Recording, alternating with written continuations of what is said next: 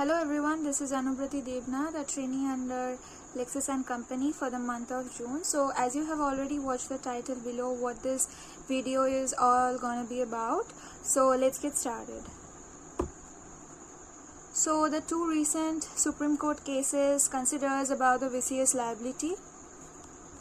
So in the case of Mr. Mohammed versus VM Morrison Supermarkets, a petrol station consumer, where Mr. Mohammed was found himself on the receiving age of physical assault and racist language by Mr. Khan, employee of the VM Morrison Supermarket, where he was asked by the supervisor to consist or to stop his allegations or his nonsense, but he was not stopping that. So Mr. Mohammed brought a claim against Mr. Morrison for the injuries he suffered as a result of the assault by Mr. Khan.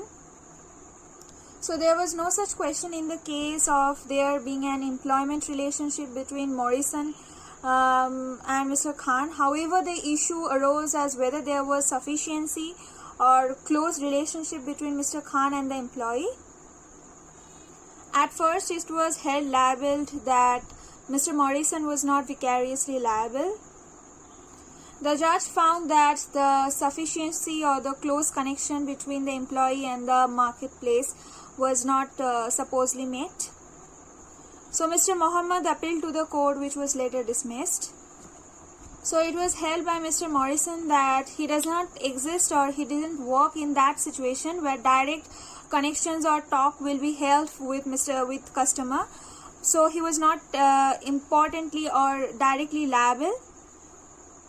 But when later Mr. Mohammed's case was heard by the Supreme Court, they declared the statement saying that whether a reasonable observer would consider the employee to be acting in the capacity of a respective of the employer at the time of committing the unlawful act.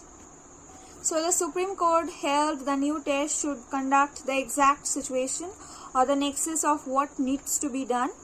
But Mr. Khan also asked Mr. Mohammed not to come within his premises of work. So it was held liable that Mr. Khan was not acting in a personal capacity, as he had not metaphorically taken off his uniform from the moment he stepped from behind the counter. The second case talks about Cox versus Ministry of Justice, concerned a prisoner who in the course of carrying out of compulsory work in the prison kitchen dropped a sack of rice onto the catering manager, resulting in a back injury.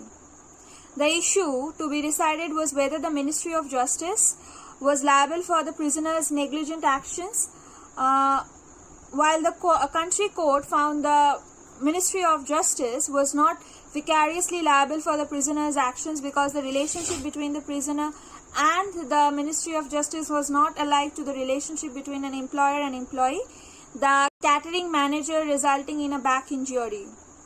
The issue to be decided was whether the Ministry of Justice was liable for the prisoner's negligent actions, while the country court found the Ministry of Justice was not vicariously liable for the prisoner's actions because the relationship between the prisoner and the Ministry of Justice was not alike to the relationship between an employer and employee. The catering manager successfully appealed to the Court of Appeal.